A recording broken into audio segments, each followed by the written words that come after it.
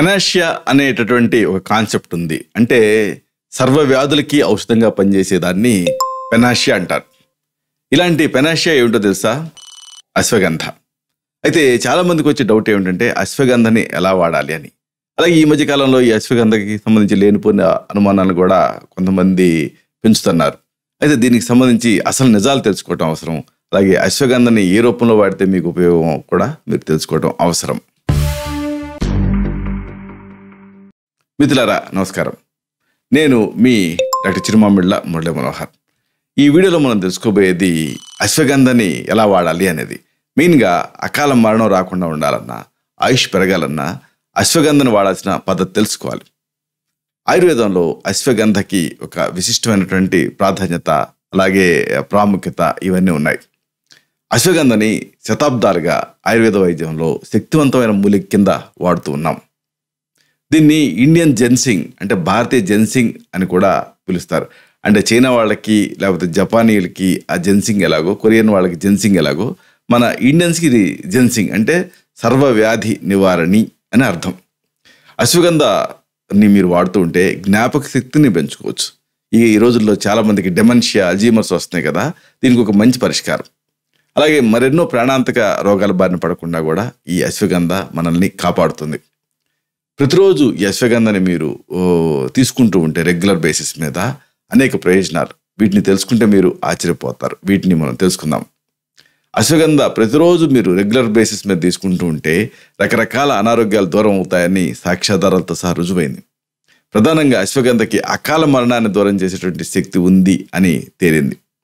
అలాగే అశ్వగంధని రెగ్యులర్గా తీసుకోవటం వల్ల రక్తంలో చక్కెర స్థాయిలు అదుపులో ఉంటాయని కూడా తేలింది.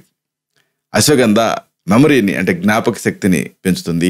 కోగ్నిటివ్ పవర్ని అంటే అభిజ్ఞా పనితీరుని కూడా పెంచుతుందని తేలింది. ఈ అశ్వగంధలో ముఖ్యమైనటువంటి విషయం ఏంటంటే న్యూరో ప్రొటెక్టివ్ లక్షణాలు ఉంటాయి. అలాగే ఆక్సీకరణ ఒత్తిడి అంటే ఆక్సిడేటివ్ స్ట్రెస్ని తగ్గిస్తుంది. ఇంకా ముఖ్యంగా ఇన్ఫ్లమేషన్ ప్రక్రియని కూడా ఇది అడ్డుకుంటుంది. అలాగే నర్వస్ సిస్టమ్ని స్ట్రెంథన్ చేస్తుంది. ఇది నర్వస్ సిస్టమ్ మీద మంచి ప్రభావం చూపిస్తుందని తేలింది. అన్నిటికీ మించి మానసిక అస్థిరతలని కరెక్ట్ చేసి మానసిక స్పష్టతని ఇది అందిస్తుంది. ఇంకా ముఖ్యంగా అశ్వగంధ గుండెకి చాలా మేలు చేస్తుంది. అశ్వగంధం తీసుకోవడం వల్ల కొలెస్ట్రాల్, ట్రైగ్లిజరైడ్స్ వీటి స్థాయిలు తగ్గుతాయని కూడా పరిశోధనలో తేలింది.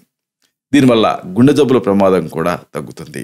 ఒత్తిడిని ఎదుర్కోవడానికి అశ్వగంధం ముందుంటుంది అనే అధ్యయనాల్లో తేలింది. మెయిన్గా ఇన్ఫ్లమేషన్ తగ్గించి రక్తపోటు స్థాయిని అదుపులో ఉంచుతుంది కూడా అశ్వగంధ. అశ్వగంధ లేహ్యం రూపంలో, పొడి రూపంలో, సప్లిమెంట్స్ రూపంలో మనకి అందుబాటులో ఉంటుంది. దీన్ని రోజుకి 2 సార్లు తీసుకుంటూ ఉంటే మంచిది. అయితే దీన్ని వెహికల్తో తీసుకుంటే ఇంకా మంచిది. ఉదాహరణకు వెచ్చటి పాలు లేదా గోరువెచ్చటి నీళ్ళతో పాటు అశ్వగంధం తీసుకోవచ్చు. ఒక 1/4 టీ స్పూన్ అశ్వగంధ పొడిని కలుపుకొని తాగితే మంచిది. ఇక అశ్వగంధ సప్లిమెంట్లు కూడా ఉన్నాయి. అయితే వీటిని మీ తత్వాన్ని బట్టి ప్రిస్క్రైబ్ చేయాల్సి ఉంటుంది కాబట్టి వైద్య సలహాతో వీటిని వాడుకోవచ్చు. ఇలాంటి మరిన్ని ఇన్ఫర్మేటివ్ వీడియోస్ కోసం ఈ ఛానల్ని సబ్స్క్రైబ్ చేసుకోండి. అలాగే ఈ వీడియోలు అప్లోడ్ అవడంతోనే ఆ విషయం మీకు తెలియడం కోసం బెల్ బటన్ క్లిక్ చేయండి. అన్నిటికంటే ముఖ్యంగా ఇలాంటి మంచి విషయాలు ఇతరులకు ఉపయోగపడటం కోసం ఈ వీడియో తలకి లింక్ని మీ సర్కిల్స్తో షేర్ చేసుకోండి. శతం జీవ శరదో వర్ధమానః, శతం హేమంతాన్ శతం వసంతాన్. 100 శరత్తులు, 100 హేమంతాలు, 100 వసంతాలు వర్ధిల్లుతూ జీవించండి. Stay healthy, stay happy, be positive, keep smiling, stay safe. Love you all. శుభం.